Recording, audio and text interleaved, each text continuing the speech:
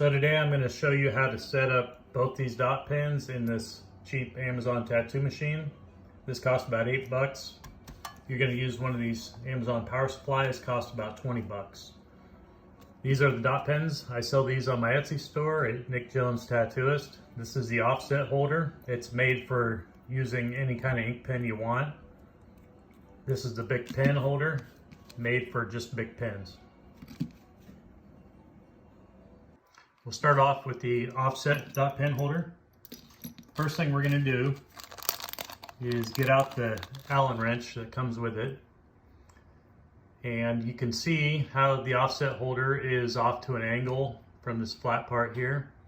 Shoots off to the side. That's so that when you're using it in most tattoo machines, you don't end up having the pen come straight up and hit the screw in the front. But for this one, we're gonna change it a little bit. What we're gonna do is pull the grommet out,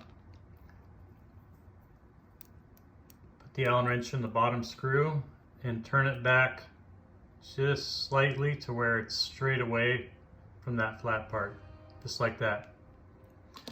If you push it back and it comes loose and you need to get it tight, go to my, scroll down in my videos, there's a video on how to tighten the bottom screw.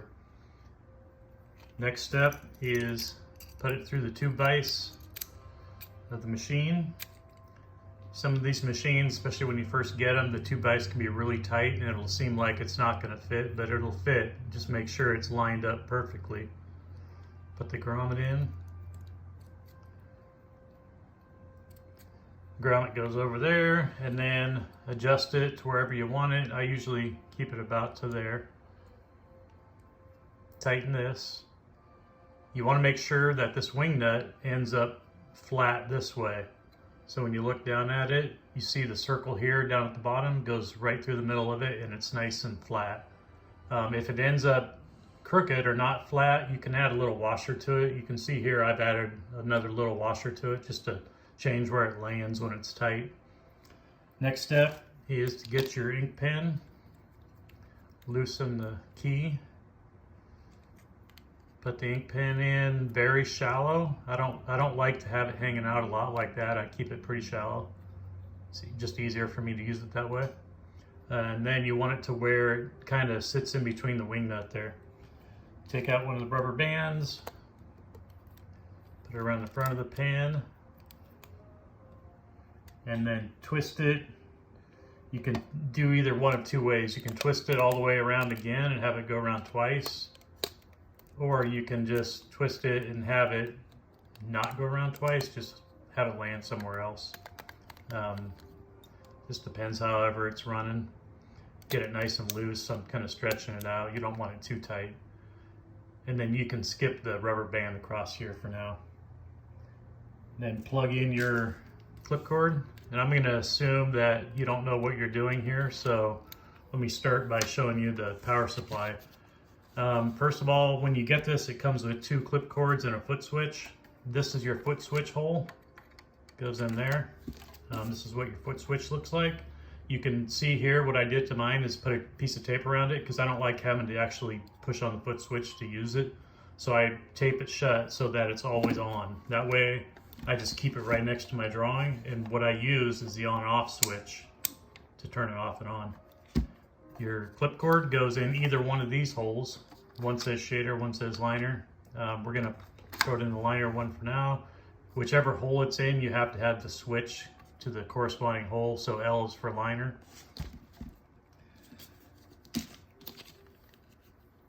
Plug in the clip cord into the back like this. And then start turning. Make sure when you start the voltage, and this is the voltage right here, make sure it's all the way down, so all the way that way. And then slowly start turning it until you get it where you want it. Right now that's at 2.45 volts. That feels pretty good. That's probably where I would use it. You can go a little bit lower. Keep in mind, this isn't a very strong machine, so when you're using it, don't press down really hard on the paper. Barely skim the surface. If you press down too hard, it's going to slow down or even stop the machine. So you're just barely gliding it over the top of the surface of the paper. That's how you do that one. Next is the Bic pen one. Comes with a little piece of Bic pen, grommets or bands, etc. What you're going to do is take the little Bic pen, stick it in the hole. It should go all the way in. If it doesn't, if it sticks out a little bit like that, that's fine too. It doesn't really matter. In fact, that actually makes it a little bit easier to pull back out. If it's too tight and you get it stuck in there, grab a pair of scissors or something, and you can see it's got these little nubs on the side. You can grab a hold of them and pull it out.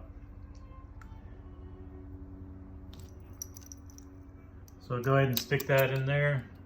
Same thing, it's going to be a little tight at first. Just kind of, if you have to work it back and forth, get it in there. Then to adjust it, for this one, just whatever your comfort level is.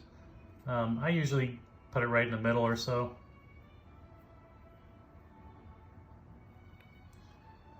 Then take one of the rubber bands, and for this one, I just wrap it around that needle bar once, twist it, put it up over the back of the machine, and that's all.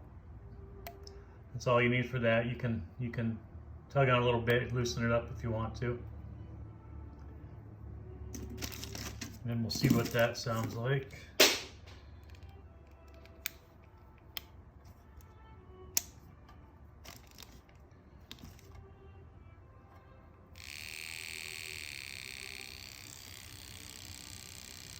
Not bad. It's making a little bit of noise. It's making noise. You can always adjust it to see if we can get quieter. It's a lot better there. For the Bic pen holder, I keep it about a volt higher than the offset holder. So this is about 3.47, which is perfect. I always like to go faster with the Bic pen one anyways. It gives you better dots. That's all you do for that one.